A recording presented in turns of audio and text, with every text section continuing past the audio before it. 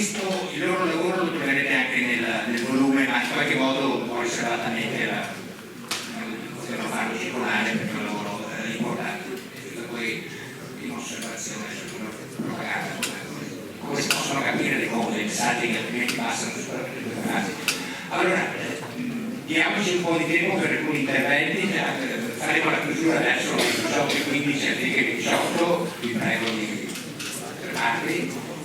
Se sono interventi brevi, tenendo conto che questo è un convegno, volevamo proporre delle idee, non è un luogo di elaborazione, discussione che si portano a casa, questa è un'altra sede, insomma, per cui se ci sono interventi, domande, vi raccomando brevi, poi se qualcuno dei relatori vuole rispondere, se no ci avviamo alle conclusioni. Giancarlo Renato.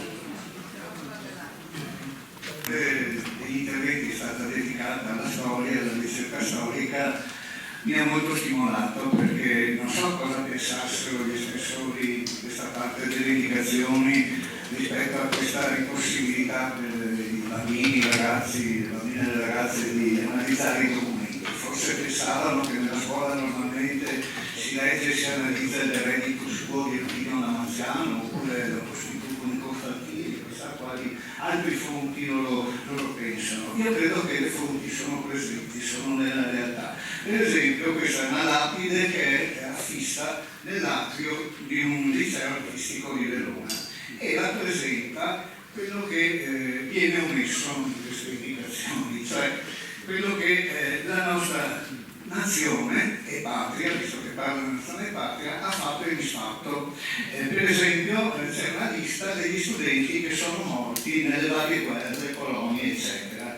E c'è uno che è morto a Freudenthal, Stoccarda, in campo di concentramento nel 1945, chi è morto nelle Alpi di Sardegna, in Valtellina, a Flossenburg in Germania, e anche i nomi dicono molto. Un Gedeone non può che essere morto in campo di concentramento in Germania, e poi c'è un povero Benito che è nato nel 23, è stato chiamato Benito ed è morto anche lui a El Gobi in Libia. C'è chi è morto in Albania, chi è morto sul fronte russo, chi è morto nell'isola di Cefalonia, a Bengasi, in Tripolitania, eccetera. Tutte le nostre vicende coloniali, le guerre, eccetera, eccetera. Credo che siano queste le fonti che si possono trovare, analizzare, eccetera.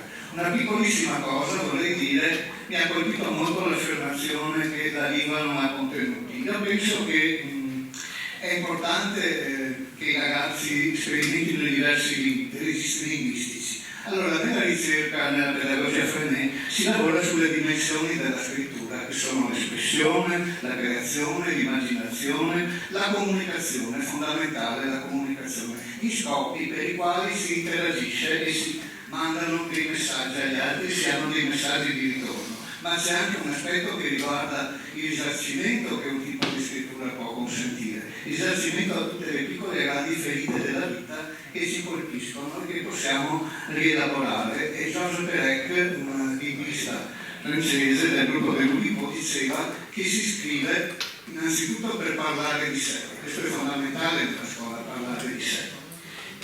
Si parla degli altri, si parla del mondo e si inventa, si crea e si immagina.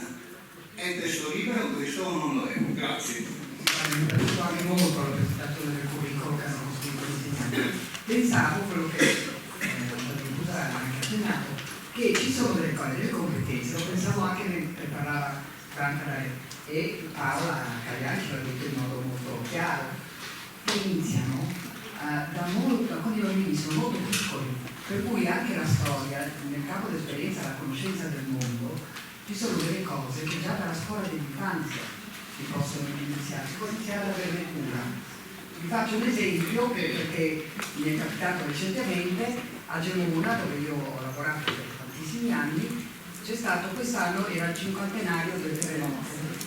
Allora, il terremoto è qualcosa che è rimasto chiaramente nella memoria collettiva e i bambini fin da molto piccoli studiano questo. E andando alla ricerca e esplorare Gemona, cosa che spesso si fa, ci sono tantissimi segni che possono essere anche un inizio di indagare delle fonti, cioè vediamo le fonti e cosa c'è scritto si chiede a raccolta, per cui ci sono delle cose che iniziano da molto piccolo. Io penso che si possa avere una stagione in cui vengono fuori molti curricula, molti, e ci si possa confrontare sul concreto tra questo curricolo, quell'altro, lasciando perdere un po' queste divagazioni idealistiche e ideologiche.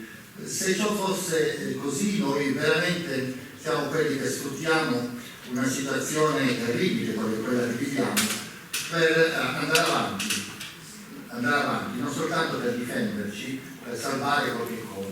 La seconda cosa, che credo sarà un qualcosa che diventerà oggetto di discussione adesso che partono la discussione sulle indicazioni per la secondaria superiore, che è interessante perché le obiezioni che sono state fatte da alcuni programmi, per esempio quello di filosofia e quello di letteratura, non vengono fuori come le cose che abbiamo sentito noi, da un'idea didattica innovativa, vengono fuori da un'immagine retrograda della scuola. Cioè, praticamente si dice: ma perché non hai messo Marx? Cioè, a me scoccia che non ho messo Marx, ma il problema è: ha diritto lo Stato a stabilire qual è il canone della filosofia, qual è il canone della storia, qual è il canone delle discipline. Il canone è un fatto essenzialmente scientifico, per quanto riguarda la scuola va compartecipato tra ricerca e didattica. Sono questi i soggetti nei quali si può pensare esiste un canone, perché non tutte le conoscenze sono uguali. Possiamo decidere che poniamo la rivoluzione industriale, la dobbiamo fare tutti, ma siamo noi che costruiamo il canone. Se lasciamo, la cosa interessante, curiosa, è che la protesta di sinistra progressista che sta sostenendo praticamente l'idea che per il canone tu devi fare Manzoni, non ci deve stare quell'altra cosa. Noi dobbiamo stare attenti su questo. Penso che il comparto scuola dell'infanzia, elementare, media sia molto più avanti nella visione di queste cose che non la secondaria superiore.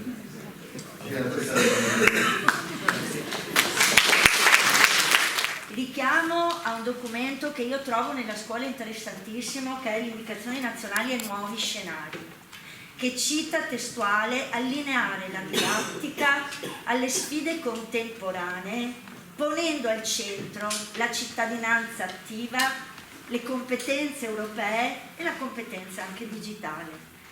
Edgar Morin, dottor Brusa, citava questo grandissimo studioso che nell'ultimo libro, La nostra Europa, apre uno scenario anche di riflessione critica nelle nostre scuole per i nostri ragazzi, in una considerazione che non è circoscritta al proprio ambito, al proprio contesto, alla propria chiusura culturale.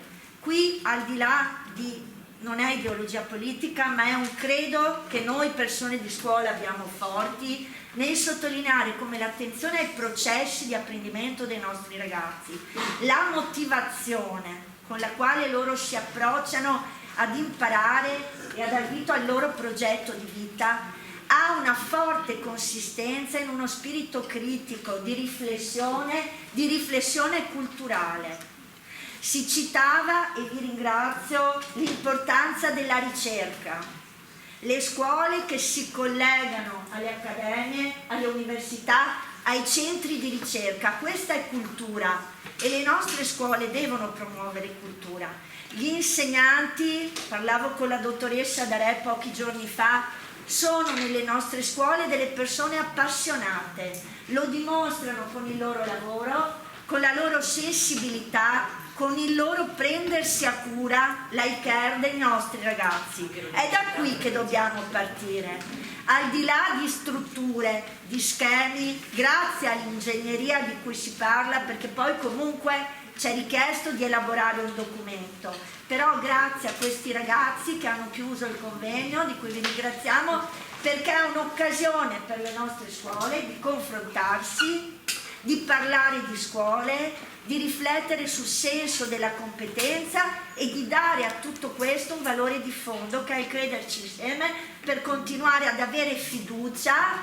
È una nota anche positiva, continuare a crederci con fiducia, grazie a voi che ci seguite, persone di cultura, grazie all'iniziativa del dottor Giacobbi di cui promuovere questo nei territori, perché fare rete ci aiuta tantissimo. Ho messo insieme un po' tutto, però vuole essere anche un grazie a chi ci guida, un grazie ai docenti che lavorano nelle nostre scuole. Un applauso. Dicevo che mi ha molto colpito questo intervento, che mi ha colpito e che condivido. Volevo però fare un appunto sul tema del collegamento con le università. Credo che troppo spesso la scuola si subordini al sapere dell'università.